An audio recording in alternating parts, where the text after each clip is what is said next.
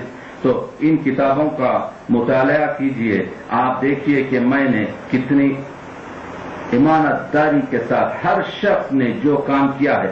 مثنویات دبیر کا کو لکھنے سے پہلے ہر ایک پر میں نے ایک انڈیکس لکھا ہے جو 100-150 صفحے کا ہے. میں نے تمام 11 مثنویات کی کتاب جو اس وقت میرے پاس تھی، جس میں گیان چند کی کتاب ہو یا پروفیسر گوپی چند نارنگ کی کتاب ہو یا عقیل رضوی کی کتاب ہو یا سرور کی کتاب ہو، ہر کتاب خدا نے مجھے بس اس چیز سے نوازا ہے کہ جو چیز پڑھتا ہوں وہ حافظے میں رہتی ہے. میں یہ سمجھ رہا تھا کہ تمام کا یہی حال ہوگا. جب میں نے اپنے بھائی سے پوچھا تو اس نے کچھ اور ہی نقشہ بتایا. تو یہ خدا دین چیز ہے کہ میں ذہن میں رکھ کر ساتھ ہر چیز کے سلام کے لیے میں نے تمام کتابیں سلامی کتابوں کا مطالعہ کیا ہے. اس کے بعد اس کا انڈیکس لکھا ہے.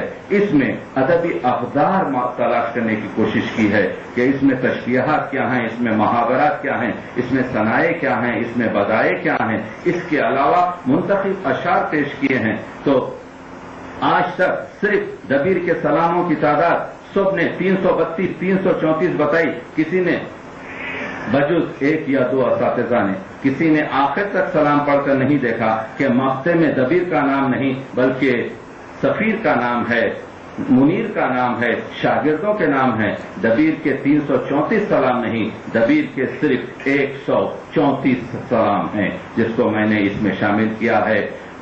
بڑے بڑے جید علماء نے سلام سندلوی سے لے کر فرمان فتح پوری تک رباعیات پر کتابیں لکھی ہیں. پوری کتابیں اٹھا کر آپ دیکھ لیجئے، کسی میں دبیر کی رباعیات کی تعداد 200 سے زیادہ نشان بتائی نہیں گئی. جبکہ دفتر ماتم میں جو 20ویں جلد ہے، جو 20ویں جلد ہے، جو 1896 میں شائع ہوئی ہے، 1332 رباعیات ہیں. میں نے کوئی ہنر نہیں کیا ہے، میں نے تو صرف انہیں کو پیش کیا ہے، لیکن موضوعاتی طریقے سے شجرہ بنایا ہے رباعیات کا، اور رباعیات کو 105 قسموں میں تقسیم کیا ہے. دنیا کی بے ثباتی پر ایک رباعی یاد آ رہی ہے تو سن لیجئے کہ بالائے زمین زندوں کی تعمیریں ہیں اور زیر زمین مردوں کی جاگیریں ہیں. بالائے زمین زندوں کی تعمیریں ہیں اور زیر زمین مردوں کی جاگیریں ہیں. عبرت کا مرقع ہے عجب صف زمین، اس ورق کے دونوں طرف تصویریں ہیں. ایسی رباعیات کو آنا چاہیے. قبرستانوں میں دفن نہیں ہونا چاہیے، امام باڑوں میں دیمک کی نظر نہیں ہونا چاہیے. میں نے حسن یوسف کو بازار مصر میں پیش کیا ہے. آپ میری کاوشوں کو دیکھیے. اس کے مخصوصاً میں نے اس میں آج تک، یعنی اس کتاب کی رمائی سے پہلے دبیر کی صرف 4 رباعیات تھیں، 4 مثنویات تھیں. اس میں 8 مثنویات ہیں جو شائع ہو چکی تھیں. اسے میں نے بازیافت کیا ہے، اسی کا نام آپ کے ریسرچ ہے. تو اس میں نے تمام چیزیں بتائی ہیں. شبلی نے جیسے ابھی پروفیسر صادق نے کہا، شبلی نے جو 8 نکات شعر العجم جلد 4 میں شاہنامہ فردوسی کی مثنوی کے تحت بیان کیے ہیں، اسی 8 پیمانوں کو لے کر میں نے یہ بتایا ہے کہ مثنویات دبیر بہت بلند مثنویات ہیں، اگرچہ کہ ان کا موضوع مذہبی ہو، لیکن اس میں وہ قوت ہے کہ اسے ادب عالیہ میں رکھا جا سکتا ہے۔ اب میرا کام یہ ہے کہ 14 جلدوں میں، جب میں نے کہا تھا گزشتہ سال کہ ہم 21 جلدوں میں کلام دبیر پیش کریں گے تو کچھ لوگ زیر لب ہنس رہے تھے، لیکن میں 6 کوشش کر چکا ہوں، 7ویں پریس میں ہے، اور مراثی دبیر تو صرف ارینج کرنا ہے۔